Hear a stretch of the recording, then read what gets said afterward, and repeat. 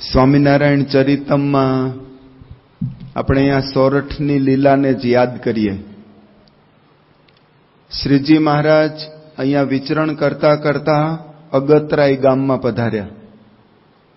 ત્યાં પર્વતભાઈ વગેરે હરિભક્તો એ ગામમાં રહેતા હતા. મહારાજ પર્વતભાઈની વાડીએ ગયા. ધોળિયો આંબો ત્યાં એક હતો એ વાડીમાં, ખેતરમાં. અને શ્રીજી મહારાજ સંતોનો સંઘ લઈને ત્યાં પહોંચ્યા તો કેટલાક મજૂરો કામ કરતા હતા. બધા હરિજન લોકો હતા. આ પર્વતભાઈના જે દાડિયા હતા, મજૂરો. અમે એક નાનો છોકરો 10-12 વર્ષનો એ પણ આવેલો એના માતા પિતા સાથે. શ્રીજી મહારાજે એ બાળકને બોલાવ્યો કે અહીંયા આવ. પેલો કે ના, હું તો ઢેઢ છું.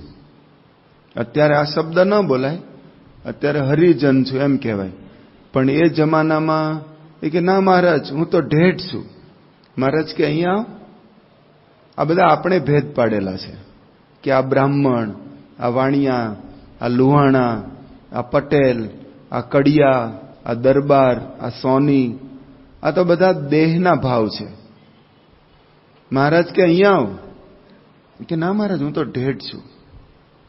શ્રીજી મહારાજ એને આત્મજ્ઞાન આપ્યું કે તું ઢેઢ નથી, તું મૂળભૂત આત્મા છે. એટલે બોલ, હું આત્મા છું. આ નાના છોકરાને લેસન આપે છે. પેલો છોકરો બોલ્યો કે હું આત્મા છું. પછી મહારાજ પૂછ્યું તું કોણ છે? કે મહારાજ, હું તો ઢેઢ છું. એટલે હમણાં જ શીખવાડ્યું છે, પણ પાછો આમ ગમે હોય ને કાંટો ત્યાં જ આવી જાય કે હું ઢેઢ છું. મહારાજ કે તું 10 વાર બોલ, હું આત્મા છું, હું આત્મા છું, હું આત્મા છું.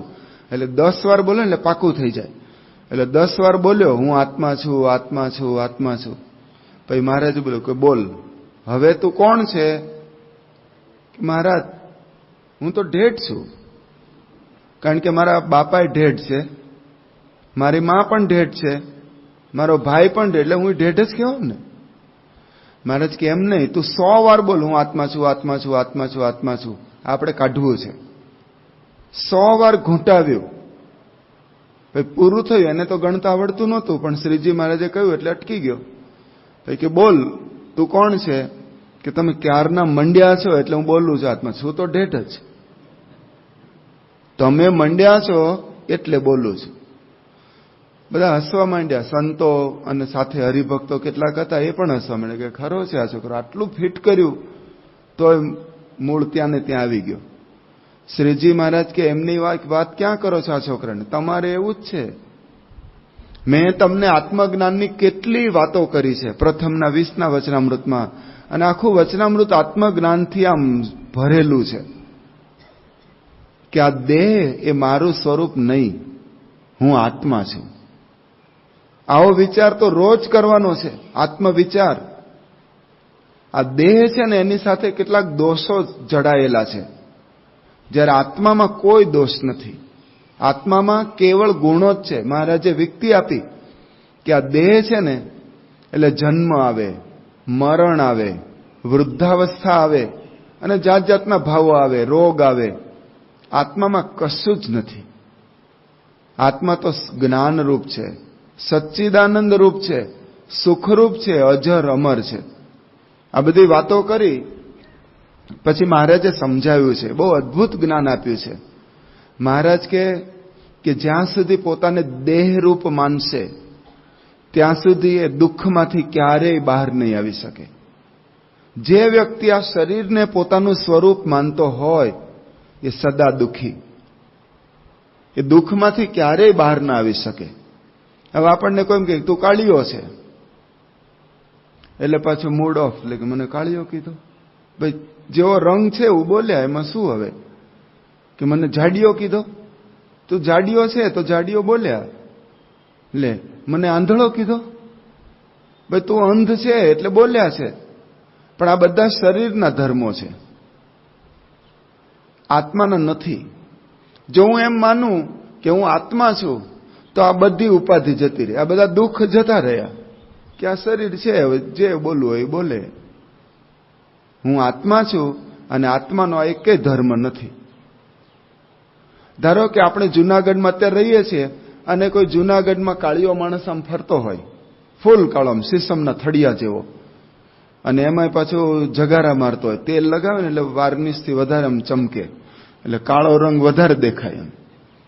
એવો કાળો માણસ હોય અને ફરતો હોય ગામમાં, અને એને કોઈ કાળીઓ કહે તો તમને દુઃખ થાય? ગિરધરભાઈ, તમને દુઃખ થાય? તમને થાય કે હોય તો કાળીઓ છે એટલે કીધો, એને મારે શું લેવા? અમે ખાલી એક નગરમાં રહીએ છીએ એટલું જ, બાકી એને મારે કાંઈ નિસ્બત નથી. બસ એમ આપણે સાથે રહીએ છીએ આ શરીર અને આત્મા, એટલે ભલે ને શરીરને કોઈ કાળીઓ કે, હું તો એનાથી ન્યારો આત્મા છું. અમે બે એક નગરમાં રહીએ છીએ એટલું જ, બાકી મારે એને નાવા નીચોવાનો સંબંધ નથી, કંઈ જ નથી. તો આ બધા ધર્મો છે, કોઈ બ્રાહ્મણ, વાણિયા, પટેલ, આ બધા દેહના ભાવ. આ જાડો, પાતળો, કાળો, ગોરો, એ બધા દેહના ભાવ. એટલે એવી રીતે કોઈ આપણને શબ્દ મારે તો જરાય વિચલિત ન થવું, કે હશે બોલે, મારે એને શું લેવા દો. બીજો ધર્મ છે ઇન્દ્રિયોનો. એ પણ આપણે જુદા છે. હું આત્મા, ઇન્દ્રિયો જુદી છે. કોઈ કે આ બહેરો છે, આ મૂંગો છે, આ બોબડો છે, તોતડો છે, એ જે કેવો હોય કે, મને નથી કહેતો, હું તો આત્મા છું. આ ઇન્દ્રિયોના ધર્મ છે. આ કાણીઓ છે કે લૂલો છે, બધા ઇન્દ્રિયોના ભાવ છે. આપણને શું અડે? આપણને શું લાગે વળગે? એટલે કોઈ દિવસ એવા શબ્દોથી પણ આપણે દુઃખી ન થવું. બોલે, એને અજ્ઞાન છે, એને આ બધું એકાકાર છે એટલે ભલે ને બોલતો, પણ મને પોતાને તો ખબર છે ને હું કોણ છું. ઘણીવાર આપણને પોતાને અનુભવ કે હું ભૂખ્યો છું, હું તરસ્યો છું, મેં ખાધું નથી, એટલે હું શું થશે? ભાઈ, એ તારા ધર્મો નથી. આ ભૂખ, તરસ ને બધા તો પ્રાણના ધર્મો છે. એ પ્રાણને હું જુદો છીએ, એ પણ મારે વિશે આ ભાવ નથી. ઘણાને એવો વિચારે કે હું તો બહુ કામી છું, હું બહુ લોભી છું, હું દંભી છું, માની છું, કપટી છું, ઈર્ષાળુ છું.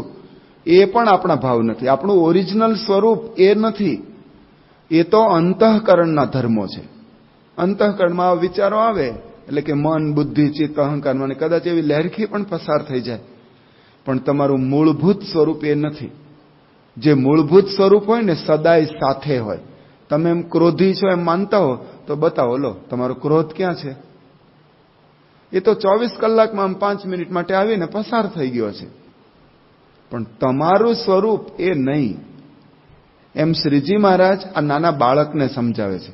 આપણને લાગે કે આ બાળમંડળમાં તો વાત કરવી જ પડે, એવું નથી. મોટા મોટા પરમહંસોને પણ આ વાત કરી. મોટા મોટા પરમહંસો ભીમ એકાદશીના સમયમાં ભેગા થયા હતા ત્યાં વરતાલમાં, તો મહારાજે રાત્રે જાગરણ કરાવ્યું સંતોને.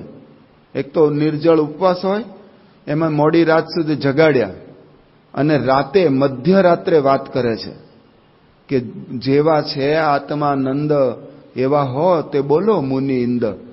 આમાં આત્માનંદ સ્વામી અમારો રોલ મોડેલ છે કે એવા હોય. આ સંત સભામાં કોણ છે? થાવ ઉભા.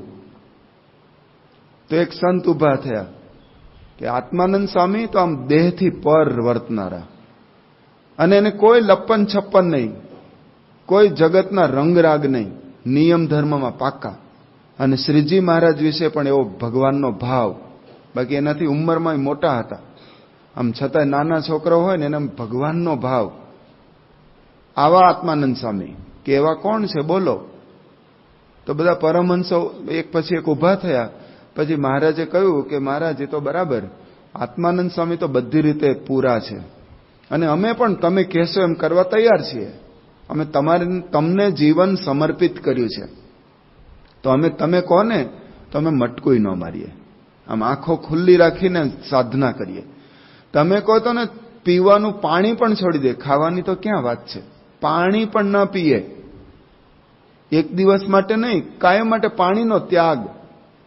અરે દેહ પડી જાય તો કુરબાન છે, લેખે લાગશે. આવું અમે કરવા માટે તૈયાર છીએ. અરે આ કપડાં ન પહેરીએ, હિમાલયમાં જતા રહીએ, શિયાળામાં ઉઘાડે અંગ રહીએ, બધું કરવા અમે તૈયાર છીએ. તો મહારાજ હસવા માંડે કે ના ના ના, આવું મારે કંઈ કરાવવું નથી. આટલું બધું કોઈ પણ અતિરેક કરવાની કોઈ જ જરૂર નથી. પણ હું તમને કહું છું, માનો ચૈતન્ય રૂપ તમારું દુઃખ રૂપ દેહ થકી ન્યારું. મેં જાણ્યું છે એક એકથી અધિક છો તમે, એવું જાણ્યું છે જરૂર અમે. પણ એક વાત કહું માનો તેહ, આપણે આત્મા નહીં દેહ. આપણે આત્મા છીએ, બસ આ એક માનો. આ બીજી સાધના એની અંદર સમાઈ જાય છે. મારે જુદી જુદી સાધના કંઈ કરાવવી નથી.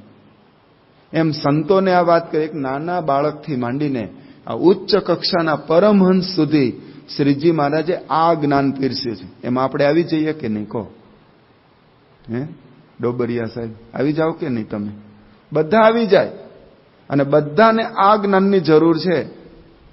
અને તમારે તો વધારે જરૂર છે. વધારે એટલા માટે સંસારમાં રહો અને આંચકા આવતા જ હોય, નાના નાના પ્રશ્નો ચાલુ જ હોય. આપણે વ્યવસ્થિત ચાલતા તો સામેવાળા તરફથી ઉપાધિ આવે. એ વખતે આ આત્મવિચાર આપણને સ્થિર કરી દે છે. આ આત્મજ્ઞાન એટલું અદ્ભુત છે કે હું આત્મા છું. આત્મામાં કંઈ હોય તો એ પ્રશ્ન બોલો. ધારો કે ગામના કોઈ માણસે કંઈક ગડબડ કરી, કંઈક દુરાચાર કર્યો, કંઈક કાળા કામ કર્યા, તો તમારું રૂવાડું ફરકે છે? હા, છાપામાં આવ્યું હોય તો તમે વાંચી લો, અરે રે, બહુ લાગણી વાળો હોય તો બે ડચકારા બોલે છે, બહુ ખરાબ થયું, બસ પૂરું થઈ ગયું. એને તમારે મનની શાંતિને એને શું લેવા દેવા? કાંઈ જ નહીં. એમ શ્રીજી મહારાજ કહે છે કે આ બધાને તમે જુદા માનો. દેહના ધર્મો એ દેહને વિશે લીન થઈ જાય છે. આત્માના ગુણધર્મો જુદા છે, એની ક્વોલિટીઝ બધી જુદી છે. એને કોઈ દિવસ આમ ભેગી એકાકાર ન કરો. આ બે વસ્તુ જ જુદી છે. અને આત્મા એ આપણું સ્વરૂપ. આપણે માની લીધું છે કે આ શરીર મારું સ્વરૂપ.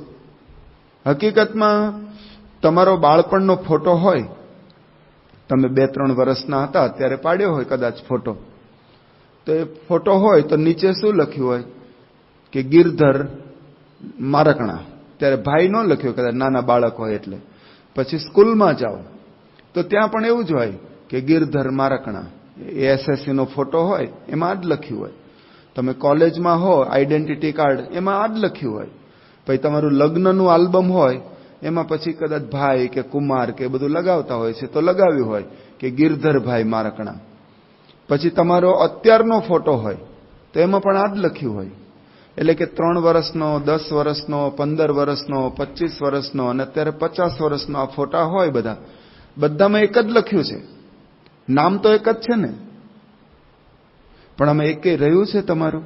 3 વર્ષનું બાળક હોય એને અત્યારે આખું વિજ્ઞાન કે છે 7 વર્ષે તો બધા કોષો, સેલ માત્ર બદલાઈ જાય છે.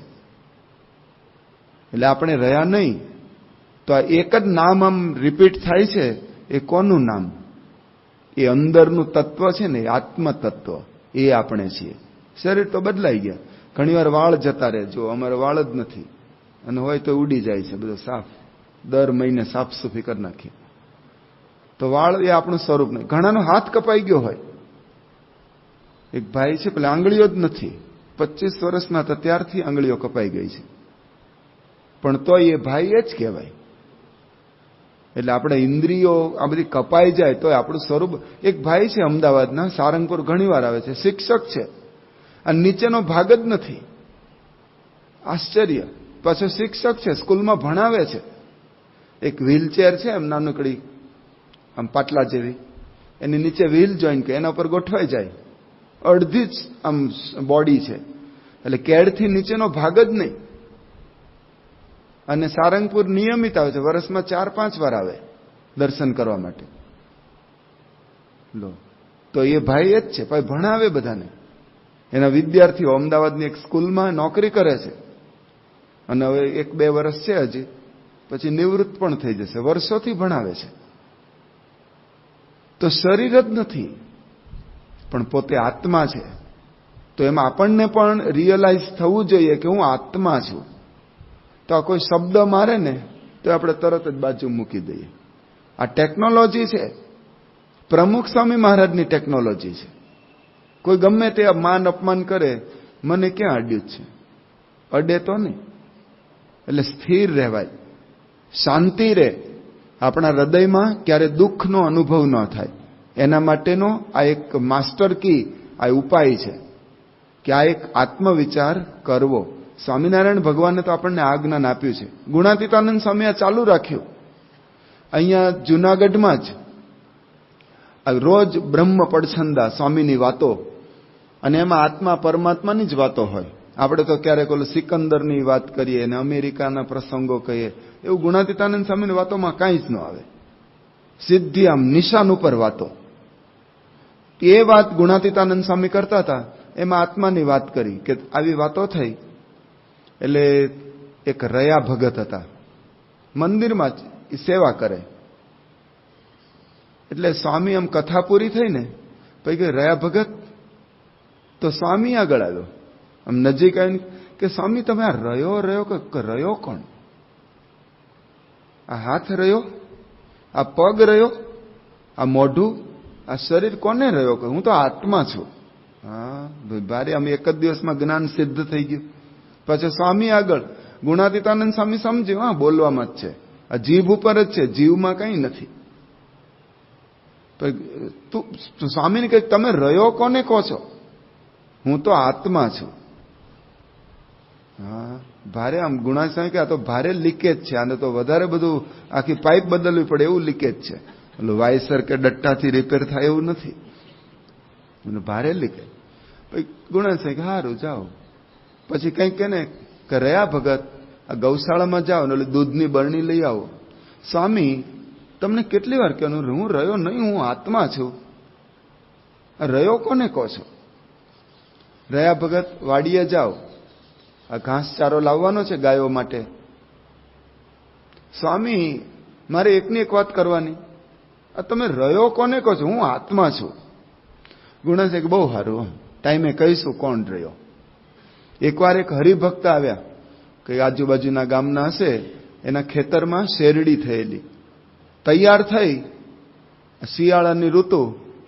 એટલે એને એમ થયું કે આપણે ખાવાની શરૂ કરીએ, પેલા સંતો ઠાકોરજીના થાળમાં મોકલે. તો ગાડું ભરીને શેરડી મંદિરે આપી ગયા, પછી આપણે ઉપયોગ કરશું, જે કંઈ ગોળ બનાવવો હોય બધું કરશું. ઠાકોરજીની સેવામાં આખો ગાડું ભરીને શેરડી આપી ગયા.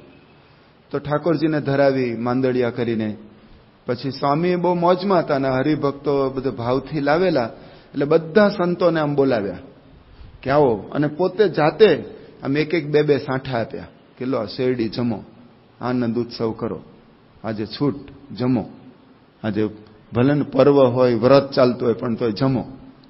બધા સંતોને આપી, બધા સંતોને આ શેરડી આપી. સ્વામીને ખબર હતી કે રહ્યા ભગત જરા બહાર ગયા છે, હવે એને તો મોઢામાં દાંતય નહોતા, પણ કે તોય આપણે શેરડી તો રાખીએ. એટલે સ્વામીએ પોતાની ગાદી નીચે કટકા કરાવીને નીચે મુકાવી રાખ્યા. એટલે પછી બધા સંતોએ, પાર્ષદોએ, હરિભક્તોએ બધા શેરડી જમ્યા, બહુ રાજી થયા બધા. સ્વામીએ જાતે આપેલી પ્રસાદી જમ્યા. અને પછી રહ્યા ભગત આવ્યા વાડીએથી, અને જોયું તો ઠેર ઠેર પેલા કૂચાના છોતાના ઢગલા હતા. ઓહ આટલું બધું શું થયું? એ કે લે તમને ખબર નથી, સ્વામીએ આજે તો બધાને જાતે પ્રસાદી આપી શેરડી, અને અમે બધા જમ્યા, તમે ક્યાં હતા? એ કે હા જો ને, તરત જ આમ ધુઆ પુઆ થતો આવ્યો. હો સ્વામી આગળ જયારે કઈ કામ હોય ત્યારે રહ્યો, જયારે કામ હોય તો રહ્યા ભગત દૂધ લઈ આવો, રહ્યા ભગત વાડીએ જાઓ, રહ્યા ભગત આંટો ફેરો કરો. અને આ શેરડી આવી ત્યારે યાદ ન આવ્યો રહ્યો? તો સ્વામી કે કેમ એવું કહો છો? કે આ શેરડી બધા જમ્યા, બધાને આપી, તો મને ન સંભાળ્યો? સ્વામી કે મને ખબર જ હતી તમે આવવાના છો, જો આ શેરડી રાખી જ છે, કાઢીને લો, આ તમારા માટે, તમારા માટે. મને ખબર છે તમને આ દાંત નથી, પણ તોય શેરડી માગશો જ. એ કે આપું તો હું આપું ને બીજાને, પછી ગમે ને આપું, પણ મારા ભાગની તો મને મળવી જ જોઈએ. એટલે આપી, લો આપ શેરડી. પણ તમે 2 દાડા પહેલા કહેતા હતા ને કોણ રહ્યો, કોણ રહ્યો, આ બોલે ને એ જ રહ્યો. હું મને મળવું જોઈએ, મારો ભાગ ક્યાં, હું આમ, એ જ રહ્યો. એટલે પેલા હવા બધી નીકળી ગઈ કે આ બોલવામાં જ હતું. અરે બોલવામાં હોય ને, શરૂઆત તો એવી જ હોય, પણ તોય આપણે ક્યારેક એકવાર દિવસમાં બોલી જવું, સવારે, બપોરે, સાંજે, કે હું આત્મા છું, તોય ઘણું આગળ વધાશે. પણ આ આત્મવિચાર એ શ્રીજી મહારાજે આપણને આપ્યો છે. જો આત્માનો વિચાર હોય ને તો આપણને ક્યારે આમ ગ્લાનિ ન પમાય. ગ્લાનિ એટલે ક્યારેક આમ શોક ન વ્યાપે. અરે ઘરમાં એવો મરણનો પ્રસંગ બન્યો હોય, અને બને જ છે અને બનવાના જ છે, કારણ કે કોઈ અમર તો રહેતું નથી. એટલે એ વખતે પણ આપણે સ્થિર રહી શકીએ કે હું આત્મા છું. આ દેહના સંબંધો હતા અને આટલો ઋણાનુબંધ હતો આપણો, એ પૂરો થયો. હવે એમના રસ્તે, આપણે આપણા રસ્તે. આવું બોલવાનું નથી હોતું, પણ સમજવાનું હોય છે. અને આવું સમજીએ ને તો શ્રીજી મહારાજ પણ રાજી થાય છે કે આત્મા રૂપે વર્તે. એ જ મહારાજ કે નહીં તો જો આત્મા રૂપે નહીં વર્તતો હોય તો એનું રૂપ સત્સંગમાં ગમે ત્યારે ઉઘાડું થયા વિના રહેશે નહીં. અંત્યનું 21મું વચનામૃત. આપણું રૂપ ગમે ત્યારે ઉઘાડું થઈ જશે, આ રયા ભગતની જેમ ગમે ત્યારે બહાર આવી જશે પોલ. એટલા માટે મહારાજે આપણને આ જ્ઞાન આપ્યું છે. બીજું એક ચરિત્ર યાદ કરીએ. મહારાજે ત્યાં ગઢડામાં સભા ભરીને બેઠેલા, લીમડાની નીચે જ. આ દ્રશ્ય અહીંયા આપણને રોજ દર્શન થાય છે. તો આવી રીતે વૃક્ષ નીચે સભા કરતા. અને આપણી સંસ્કૃતિમાં પણ જુઓ તો વૃક્ષ નીચે જ બધું જ્ઞાન પીરસાયું છે. બૌદ્ધ સંપ્રદાયમાં જાઓ તો બોધિ ગયાનું એક વૃક્ષ, ત્યાં જ બુદ્ધને સાક્ષાત્કાર થયેલો. તો વૃક્ષનો મહિમા વધારે છે. અને આ લીમડાનું વૃક્ષ પ્યોર આયુર્વેદિક. એમાં શ્રીજી મહારાજ એમની નીચે બેસીને બધાને જ્ઞાનનો સાક્ષાત્કાર કરાવે છે. તો રોજનો આ ક્રમ.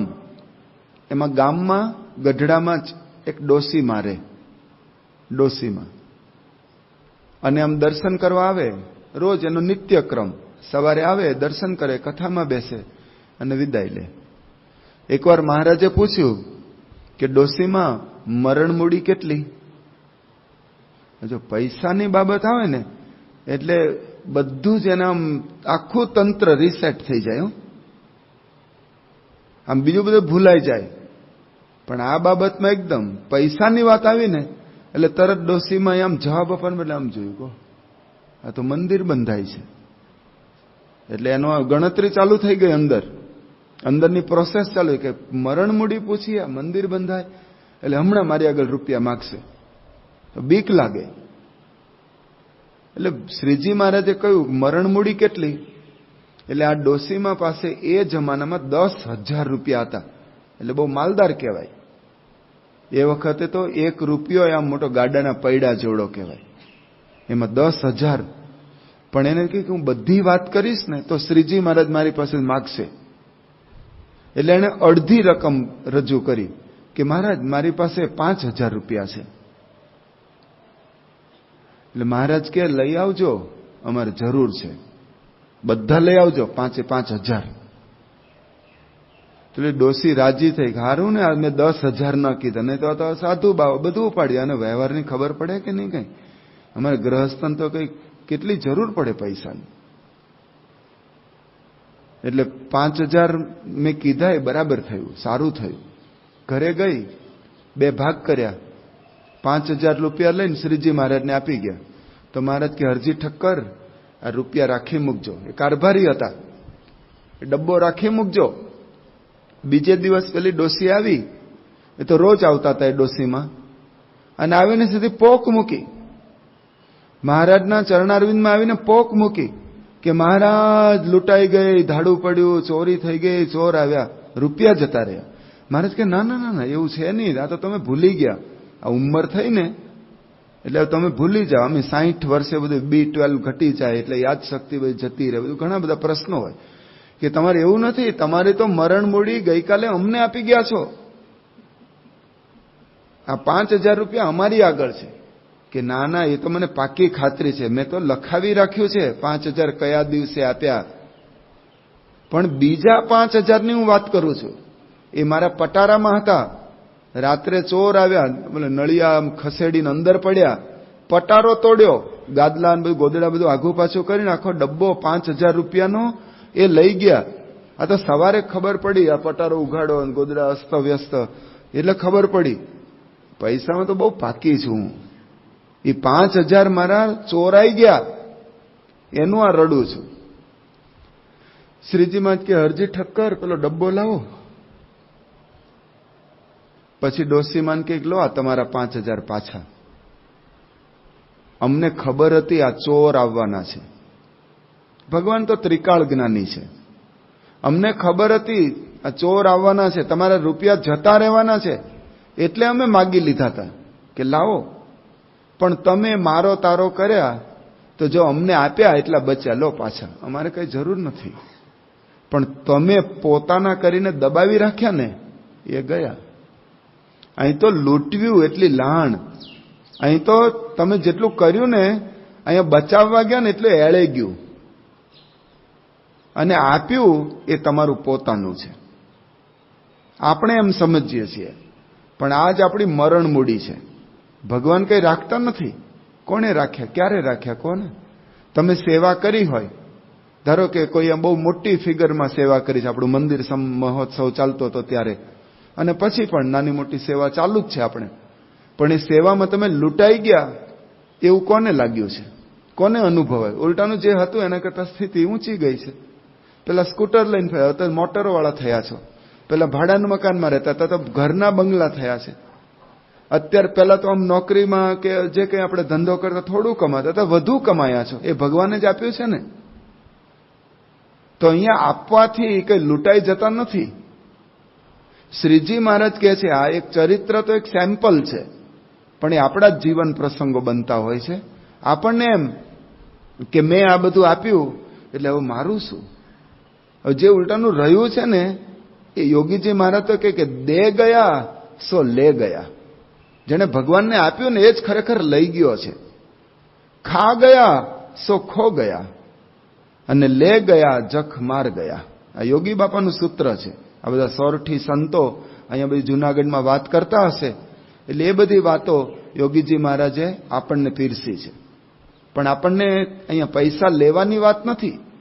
પણ ક્યારેક આવું પર્વ આવે અને ક્યારેક કોઠારી સંતો અથવા આવી રીતે મંડળ વિચરણ કરતા સંતો આપણી પાસે આમ સેવાની વાત કરે ને તો રાજી થવું. અરે આટલા બધા હરિભક્તો છે ને, મને કહ્યું મારા ભાગ્ય ક્યાંથી? અને આ હું તમે બેંકમાં જાઓ, બેંકની અંદર અવારનવાર આપણે જઈએ છીએ, અને પેલું ચેકબુક ને પાસબુક ને બધું હોય છે, એકાઉન્ટ આપણો હોય. તો બેંકમાં મારે આ વખતે રૂપિયા 1 લાખ રૂપિયા હું બેંકમાં મૂકવા ગયો, તો હું એમ માનું છું કે હા મેં આ લોકોને બહુ દાન કરી દીધું, દાન કર્યું. અરે આપણે મૂકવા જઈએ છીએ, ખબર છે બેંકમાં મૂકીશ તો અનંત ગણું થઈને મને પાછું મળે. સચવાશે તો ખરું જ, પણ વ્યાજ સહિત મને મળશે. તો આ તો બેંકની બેંક છે. બેંકવાળા અહીંયા આવે છે મૂકવા માટે. આ સોરઠની જ વાત કરું. અહીંયા ગુણાતીતાનંદ સ્વામીના સમયમાં બધા પટેલાઓ આજુબાજુના ગામો હોય ને, અમરેલી જિલ્લા, જુનાગઢ જિલ્લાના બધા ગામડામાંથી આમ સિઝન પૂરી થાય એટલે બધા ગાડા ભરી ભરીને અનાજ લઈને અહીંયા આવે. કેમ? સ્વામીને અર્પણ કરવા માટે. ગુણાતીતાનંદ સ્વામી કે મેં સત્સંગ એવો કરાવ્યો છે ને આ સોરઠમાં, કોઈ દાડો ધર્માદાની વાત જ નથી કરી, પૈસાની વાત જ નથી કરી. લોકો સામે ચાલીને આ ગાડા અહીંયા ઠાલવી જાય છે. તો એવી રીતે ક્રમ પ્રમાણે બધા ગાડા લઈને આવે તો બધા નાગરો, અહીંના લોકલ લોકો, અને નાગરો માટે નાગર એટલે બુદ્ધિના સાગર, મહાબુદ્ધિશાળી. અને એ બધા જોયે કે આ પટેલિયાઓ બધા ગાડા લઈને નીકળ્યા, કે પટેલો એટલે જાડી બુદ્ધિના જ હોય, બુદ્ધિશાળી તો અમે એ લોકો છીએ. અને બધા ગાડા આવતા હોય ને રોકે, પૂછે કે શું બધું બહુ અનાજ વધી ગયા છે તમારે, ક્યાંય સ્વામિનારાયણ મંદિરમાં આપો છો, અહીંયા નાખવા આવો છો? કઈ વિચાર કરો, પૈસા બનાવાય, પૈસા. અને આવી રીતે મંદિરમાં આપી દેવાય? મહેનત આપણે કરીએ, શિયાળો, ઉનાળો, ચોમાસું, આ ઠંડીમાં ઘઉં પકવ્યા હોય, આખી રાત પાણી વાળ્યા હોય, કાદવમાં રહ્યા હોય, અને તૈયાર થાય એટલે અહીંયા આપી જવાય? કંઈક વિચાર તો કરો. હાવ જાડી બુદ્ધિના જ રહ્યા. તો હરિભક્તો હતા, ગુણાતીતાનંદ સ્વામીના ભક્તો હતા, કે સામાન્ય ન હોય, ભલે ને એના જેવી બુદ્ધિના ભણેલા એટલું ના હોય, પણ એને સામે જવાબ આપ્યો કે નાગરો, તમારે ત્યાં રૂપિયા વધી જાય તો તમે શું કરો? અરે કે અમે તો આમ બેંકમાં મૂકવા જઈએ, બેંકમાં મૂકીએ, એટલે નાણાં ધીરધારના હોય ને ત્યાં મૂકીએ, અને અમને વ્યાજ સહિત મળે. તો પેલા હરિભક્તો કહે છે કે બ્રાહ્મણો તમે ભૂલ્યા, એ બેંક તો ગમે ત્યારે ઉઠી જાય, એનો શું વિશ્વાસ? અમે તો આ સદ્ધર બેંકમાં મૂકવા જઈએ. અમારે આ દાણા વધ્યા છે, આ 10મો ભાગ, તો અમે આ સદ્ધર બેંકમાં મૂકીએ છીએ. અને સદ્ધર બેંકમાં મૂકીને અમે આ અમારું અનાજ વધારીએ છીએ. કેવી રીતે? ત્યારે અમે આપીએ છીએ ને આ સંતોને ઠાકોરજીના થાળ માટે, તો અનંત ગણું અમને આપે છે. જો ને આ ઉપજ અમારા ગામમાં જ બીજા બધાને પાક્યા હોય અનાજ, પણ એના કરતાં અમારી વાડીમાં, અમારા ખેતરમાં વધારે પાક્યા છે. આ ગુણાતીત બાપાની અમારા ઉપર મહેર છે, આ કૃપા છે. આ તો અમે યત્કિંચિત આપવા માટે આવ્યા છીએ. એમણે અમારી આગળ માગ્યું નથી, માગતાય નથી, પણ અમે અમારું ઋણ અહીંયા અદા કરવા માટે આવ્યા છીએ. એમ કહીને જવાબ આપ્યો તો નાગરો ચૂપ થઈ ગયા કે આ સ્વામિનારાયણને કોઈ પહોંચે નહીં, તો શા માટે? ખબર છે તો પાછા આમ અડપલા કરો છો. એક તો આપે નહીં, અને આપતા હોય એમાં આડા ફરે. દેવાનંદ સ્વામી કહે ને, પુણ્ય કર્યાનું પાડોશીને ત્યાં આડો ફર્યો. આવા માણસો હોય અમુક, આપે નહીં પણ બીજા આપતા હોય ને પાછા પાડે. કે સ્વામિનારાયણ મંદિર સોનાના સિંહાસન છે, સોનાના કળશ છે, સોનાના ધજાદંડ છે, અને સંતો આ મોટરમાં વિચરણ કરે છે. હવે ત્યાં શું ખોટ છે? અને તમે આપવા જાઓ છો. અહીંયા ખોટ નથી, અમારી ખોટ પૂરી કરવી છે ને, એટલે અમે આપવા જઈએ છીએ. આ ભગવાન કોઈનો પાડ રાખતા જ નથી. અમારે વધુ જોઈએ છે, વધારે લાલચ છે, તો આ સ્કીમમાં અમે ઝંપલાવ્યું છે. એક મુસલમાન સંતની વાત બહુ પ્રસિદ્ધ છે, કદાચ તમે સાંભળી હશે. એક ફકીર હતો, હાવ આમ લેભાગુ ફકીર, ખાવા પીવાનું ઠેકાણું નહીં, ભિક્ષા આવા હાલી મવાલીને કોણ આપે? પણ છતાં એનો પેટનો ખાડો પૂરાતો. એકવાર જતો હશે અને કંઈ ખાવા મળ્યું નહીં. 1 દિવસ, 2 દિવસ, 3 દિવસનો ભૂખ્યો. અને આમ જિસકા કોઈ નહીં હૈ ઉસકા ખુદા હોતા હૈ. એટલે એને કોઈ આમ મળ્યું નહીં ભિક્ષા આપનારા તમારા જેવા યજમાન. એટલે એને ભગવાન યાદ આવ્યા અને એને પ્રાર્થના કરી, યા પરવરદિગાર, तेरे दरबार में धन की क्या कमी है? या परवरदिगार, तेरे दरबार में धन की क्या कमी है? उसमें से मुझे 1 रुपया दो, तो मैं आधा रुपया आपके चरणों में खैरात करूंगा, दान આપીશ. તમારી પાસે આટલું અઢળક નાણું છે, 1 રૂપિયો તો મને આપ. આ ભૂખ્યો છું, અને જો આપીશ ને તો હું તને 50% પાછા આપીશ એમ, પણ મને રૂપિયો તું આપ.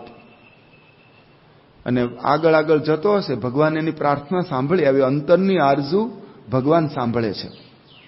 અને આમ ચાલતા ચાલતા ગયો ને તો એક રૂપિયાનો સિક્કો રસ્તામાં જ પડેલો જોયો, એટલે રાજી થઈ ગયો અને આમ પૈસો હાથમાં લીધો અને કે, યા અલ્લાહ, તુને મેરી પ્રાર્થના સુની. અને પછી જેવો પૈસો હાથમાં લીધો ને એનું ચક્કર ફરવા માંડ્યું, મન બદલાઈ ગયું. નાણું દેખી મુનિવર ચડે. પૈસા જોઈને તો ભલભલાના મન આમ ચક્કર બદલાઈ જાય છે. તરત ભગવાનને મોટેથી બીજી પ્રાર્થના કરી, યા અલ્લાહ જાન, तेरे दरबार में तो धन की क्या कमी है? उसमें से मैं 50 पैसा या इसमें से वापस दूं या न दूं, क्या फर्क पड़ता है तुझे?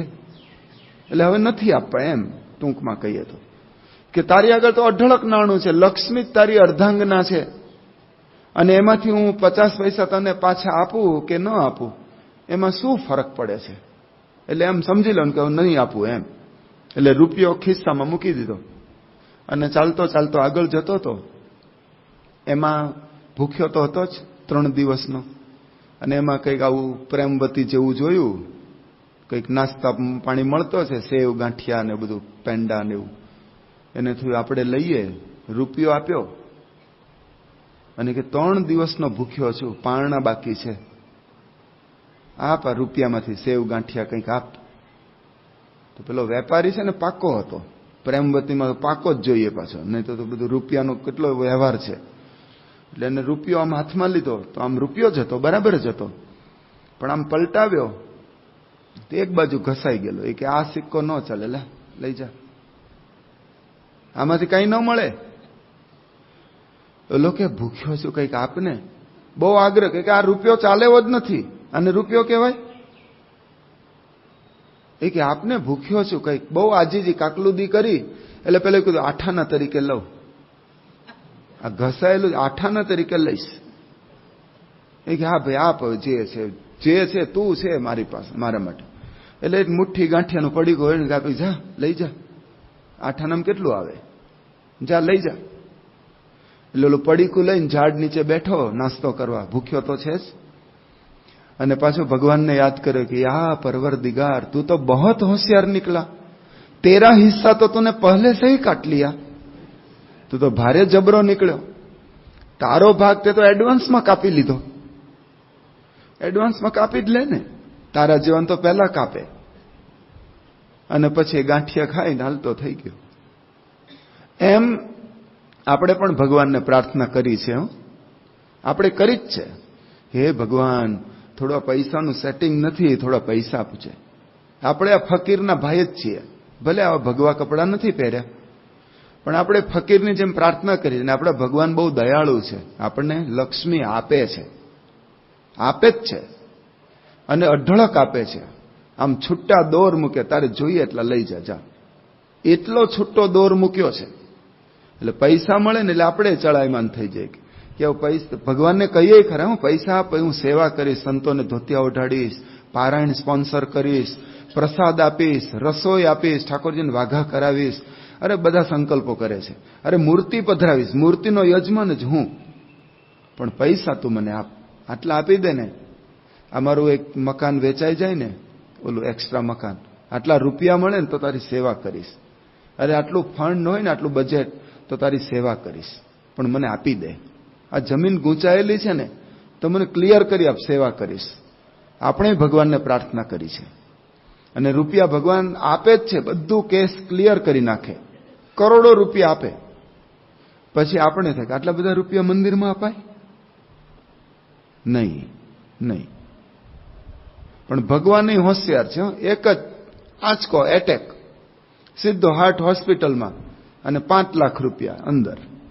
ડોક્ટર પહેલા તો કે 2 લાખ તો હમણાં જ આપો ને સહી કરો, પછી બીજા આપવાના.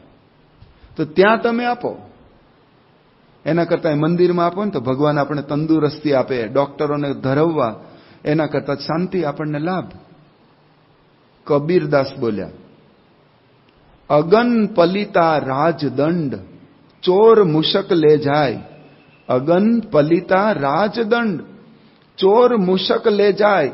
ઇતના તો દુનિયા સહે, હરિદંડ સહ્યો ન જાય. બહુ સમજવા જેવું છે.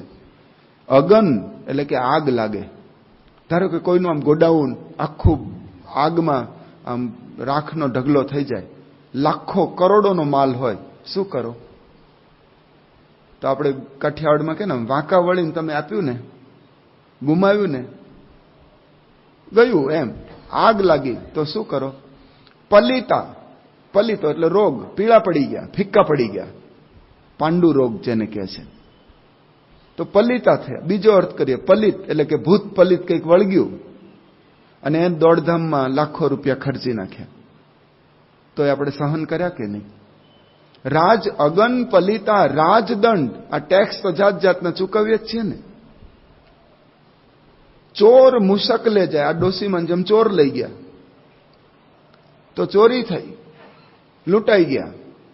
અને આફ્રિકામાં તો રોજના કાર્યક્રમ છે. આ ગયા વર્ષે અમે વિચરણમાં ગયા હતા, તો હરિભક્તો બધા આપણા ગુજરાતી જ ભાઈઓ, અહીંના જ આ જ વિસ્તારના બધા ઘણા હરિભક્તો ત્યાં છે, ચરોતરના પણ છે. તો કાળિયાઓ ત્યાંને ચકોરા કહે છે, મકોરા કહે છે, એટલે લૂંટારાઓ. ચકોરા મકોરા. ચકોરા છે ને લોઅર લેવલના છે. તમે ચાલ્યા જતા તો મોબાઈલ ખેંચી લે, સોનાની ચેન ખેંચી લે, કંઈક લેપટોપની બેગ ખેંચીને જતા રહે, એ ચકોરા. અને મકોરા એટલે હાઈ લેવલના. હાઈ લેવલના એટલે 5-7ની ગેંગ આવે, મોટર લઈને જ આવે. મોટર એ બરોબર જ હોય, પણ મોટર લઈને આવે. એમાં એક સતત ગાડીમાં જ બેસી રહે, ત્યાં જ તમારી દુકાન આગળ જ. પછી 2 દરવાજા ઉપર ઊભા હોય, એક પૂર્વ બાજુ ને એક પશ્ચિમ બાજુ, અથવા ઉત્તર અને દક્ષિણ, જે બાજુ રોડ હોય એ બાજુ. એટલે 3 તો એંગેજ થઈ ગયા, અને અંદર 2 જણા ગયા. 2 જણો જો માલિક હોય ને, મુખ્ય, એના જ કપાળ ઉપર રિવોલ્વર, એના કપાળ ઉપર જ રિવોલ્વર. અને અથવા એને કંઈક નીચે સુઈ જા, ઊંધો સુવડાવી દે, મારું મોઢું ન જોઈ શકે, યાદ રાખે નહીં એટલા માટે, નહીં તો ફરિયાદ કરે. ઊંધો સુવડાવીને ઉપર જોડા સહિત પગ મૂકે, અને ઉપર રિવોલ્વર તો ખરી જ, અને કે લાવ ચાવી. એટલે ચાવી લઈને ઓલો તો ઉભો જ છે, ઓલો જે એક પાંચમો માણસ છે એ બધું તળિયા ઝાટક કરી અને તરત જ ઓલાને સુવડાવી રાખે, અને પાંચેય ગાડીમાં તેને રફો ચક્કર. આ રોજનો કાર્યક્રમ. ઘણીવાર ફરિયાદ કરવા જાય, આપણે પોલીસમાં કરે, પૈસા પાછા આવે ને તો હું એ જ ત્યાં જઈને પોલીસના ડ્રેસમાં, એ જ પોલીસ હોય. પોલીસ તંત્ર જ આ છે, આખું આવું અંધારું છે, અંધાર ખંડ જ છે. એટલે કંઈ છે જ નહીં. તો હરિભક્તોને આપણે કહ્યું કે આટલો બધો ત્રાસ, અને તમારે આવી ગમે ત્યારે કાળિયાઓ આવે એના કરતાં ઇન્ડિયામાં આવી જાવ ને, રાજકોટ ને જુનાગઢ ને અમદાવાદ ને, ત્યાં ધંધો કરે. અરે કે સ્વામી, આ તો વર્ષમાં એક દિવસ લૂંટે, અમે તો 365 દિવસ લૂંટીએ છીએ વેપાર ધંધામાં. ધારો કે એક લોક હોય તો અહીંયા આપણી ભાષામાં કહો તો 500 રૂપિયાનું હોય, ત્યાં સીલિંગ છે, પણ 500 રૂપિયાનું હોય તો આપણે ગુજરાતી કોઈ પણ માણસ કહે ને, તમારી દુકાને પૂછ્યું કેટલું, કે 500 રૂપિયા, કે હા ઉભા રહો આવું. બાજુમાં બીજી દુકાન હોય હાર્ડવેરની, કે ત્યાં વેચાતા હોય તો કે તાળું આપણને કેટલો, કે 300 રૂપિયા. તો આપણે ક્યાં લઈએ? કાળિયાને એવી બુદ્ધિ જ નથી, બુદ્ધિ જ નહીં. જે દુકાને જાઓ તમે કહો કેટલાનો ભાવ, તો એને કહો 1000 સીલિંગ, તો તરત આપી દે. અહીં હોવી જોઈએ ને. હોય 100 રૂપિયાનો માલ 1000 વેચે છે આપણા જ ભાઈઓ. આટલું આમ 900% માર્જિન વાળું. એ કે સ્વામી અમે તો નક્કી જ કરી રાખ્યું છે કે આવા 10 લાખ છે ને ધર્માદા ખાતે, કાળિયાવાનો ધર્માદો, એમ 10 લાખ જતા રહે કઈ વાંધો નહીં, અમે લાખો રૂપિયા એની આગળથી જ કમાયા છીએ, એટલે અહીંયા જ રહ્યા છીએ. પણ કહેવાનો ભાવ એ, આ ચોર મૂષક લે જાય, ચોર લઈ જાય છે તોય આપણે સહન કરીએ જ છે કે ના એટલા તો આપવાના જ હોય ને. મૂષક એટલે ઉંદરડાઓ. ઘણીવાર ઉંદરિયું વરસાય ખેડૂતો માટે, તો બધો અનાજ બધો ખલાસ થઈ જાય પાક. તો કબીર કહે છે ઇતના તો દુનિયા સહે, આ તો આખી દુનિયા સહન કરે છે, પણ હરિદંડ સહ્યો ન જાય. પણ ભગવાનનો દંડ આપે, એટલે કે ભગવાનનો આ દાન ધર્માદો, તો તરત જ પાછો પડી જાય કે સ્વામી હમણાં સેવા કરી છે તો નહીં કરું તો ચાલશે? આ તો કે એને પછી વાત. આ તો સ્વામી કે ના ના ના, મને પોસાય એમ નથી, મારા બજેટમાં સેટ નથી. એટલે કહેનારા કોણ છે અને કોની જોડી માગે છે? આ કોના માટે માગે છે? એ સંત કહે છે કોઠારી, તો એના માટે માગે છે? એ ભગવાન માટે માગે છે. તો આપણે રાજી થવું. અને તમે બધાએ એવું સમર્પણ કર્યું જ છે, પણ ક્યારેક ક્યારેક આવો મનમાં આવો વિચાર આવી જાય ને, ત્યારે એની શુદ્ધિ માટેનો આ એક વિચાર છે. તો આપણે હોંશે હોંશે એને જ આપવું છે, એ પાછું આપશે, આપણે રાજી થવું. તો એવી સેવા તમે બધા કરો છો. અને આ શ્રાવણ મહિનામાં પણ નાની મોટી સેવાનો રોજ બધી જાહેરાતો પણ કરે છે. એટલે મહેન્દ્રભાઈ તો તૈયાર જ હોય કે તમારે સંતોન ધોતિયાની સેવા આમ કરો, પારાયણની સેવા આમ કરો. ત્યાં પર કાર્યકર જુદો હતો, બધા કાર્યકરો બોલતા જ હોય. પાછો મહિમા કહેવામાં આવે કે શ્રાવણ મહિનામાં સંતોને આમ જમાડવાનો તો બહુ મહિમા છે, એટલે રસોઈની સેવા કરો એમ. અને વાતય સાચી છે. એક છેલ્લો પ્રસંગ હોય જરા ઓવર ટાઈમ લઈને, પણ વલ્ભાચાર્ય નામના એક વૈષ્ણવના આચાર્ય થઈ ગયા, બહુ પ્રસિદ્ધ છે, જેને આપણે મહાપ્રભુ કહીએ છીએ. વલ્લભાચાર્ય કૃષ્ણને પ્રભુ કહે છે એ લોકો, પણ વલ્ભાચાર્યને મહાપ્રભુ કહે છે. એટલે કે ભગવાન કરતા પણ મોટો મહિમા આ આચાર્યનો. એ વલ્ભાચાર્ય જે એકવાર બેઠેલા પોતાની હવેલીમાં, તો એક તમારા જેવા શેઠ આવ્યા. એના આવો મહિમા કે આ શ્રાવણ માસ ચાતુર્માસ ચાલે છે. તેમણે આચાર્યને વાત કરી કે આચાર્યજી મારે 100 માણસ જમાડવા છે, તો મારે કેવી રીતે જમાડવો, મને માર્ગદર્શન આપો. તો આચાર્ય જરા એનો વિચાર બદલી આપ્યો. એ કે 100 માણસોને જમાડવા એના કરતા એક બ્રાહ્મણને જમાડો ને. બ્રાહ્મણને જમાડે ને બ્રહ્મદેવ કહેવાય, ભૂદેવ કહેવાય, આ પૃથ્વીલોકના દેવો કહેવાય. એટલે બ્રાહ્મણને જમાડો તો તમને વધુ ફળ મળે, એક બ્રાહ્મણ જમાડો. તો પેલા શેઠ હતા એ કે સારું, હવે તમે કહ્યું તો બ્રાહ્મણ જમાડે, મારે 100 બ્રાહ્મણ જમાડે છે, 100. પેલો ઉનેવાળ બ્રાહ્મણ સમાજની વાડી છે ને એમાં જ જમાડે. ક્યાં ગયા નિર્મળભાઈ? ક્યાં બેઠા છે? હા, આપણે બ્રહ્મ સમાજને જમાડવો છે, 100 બ્રાહ્મણોને જમાડવા છે. તો મારે એટલે કહેવાનું ભાઈ તો મારે ક્યારે જમાડવા? પૂનમને દિવસે જમાડવા, રક્ષાબંધન આવે છે ત્યારે, અથવા કઈ આઈટમ જમાડવી, એ તમે માર્ગદર્શન આપો એમ. તો પેલા આચાર્ય કે 100 બ્રાહ્મણ જમાડવા એના કરતા એક સંતને જમાડો ને, તેનાથી વધુ ફળ મળે. તો પેલા વલ્ભાચાર્ય આમ વાત કરી કે એક સંતને જમાડો. તો ઓલો શેઠ કે હા, તો મારે 100 સંત જમાડવા છે, 100 સંતો મારે ક્યારે જમાડે? તો આચાર્ય રડવા માંડ્યા. વલ્ભાચાર્ય આમ ધ્રુસકે રડવા માંડ્યા. એટલે નગર શેઠ દુઃખી થઈ ગયા કે મેં આમ એના વેણ ઉપર વેણ લાવ્યો ને, એની એકની વાત કરીને હું 100, એકની વાત કરીને 100.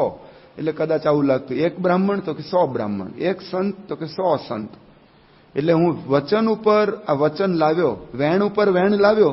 એટલે કદાચ આચાર્ય દુઃખી ન થતા, મારો એવો ઈરાદો નતો, પણ મેં 100 માણસની બધી વ્યવસ્થા કરી જ રાખી છે. એટલે હું તમને આગ્રહ કે ના, એને તો હું રડતો જ નથી. તમે મને આવું કહો એમ મને કેવું લાગતું પણ નથી. તો કે રડો છો કેમ? રડું છું એટલા માટે કે તે 100 સંતનો સંકલ્પ કર્યો કે 100 સંતોને જમાડવા છે. તેવા સંતો 100 સંતો છે ક્યાં? આ 400 વર્ષ પહેલાની વાત કરું છું. એવા 100 સંત છે ક્યાં કે જેને જમાડવાથી ભગવાન જમે, જેને જમવાથી ભગવાન રાજી થાય, અથવા જેના મુખમાં, જેના પત્તરમાં, જેના મુખમાં તો ભગવાન સુધી પહોંચે? એવા 100 સંત છે ક્યાં? અને તે સંકલ્પ કરી નાખ્યો એટલે હું રડું છું. આવા 100 સંતને મળશે નહીં. અત્યારે કર્યો તો વાંધો ન હોય. અમે 900 સંતો છીએ BAPS પ્રમુખ સ્વામી મહારાજના, તો 900 સુધી વાંધો ન આવે. 1000 નો કરે તો રડત પાછા, કારણ કે 1000 નથી અમે. પણ અત્યારે એવા સંતો છે, તેની સેવા આપણે કરીએ છીએ. અને આ દાનનો પ્રવાહ તો તમારો ચાલુ જ છે.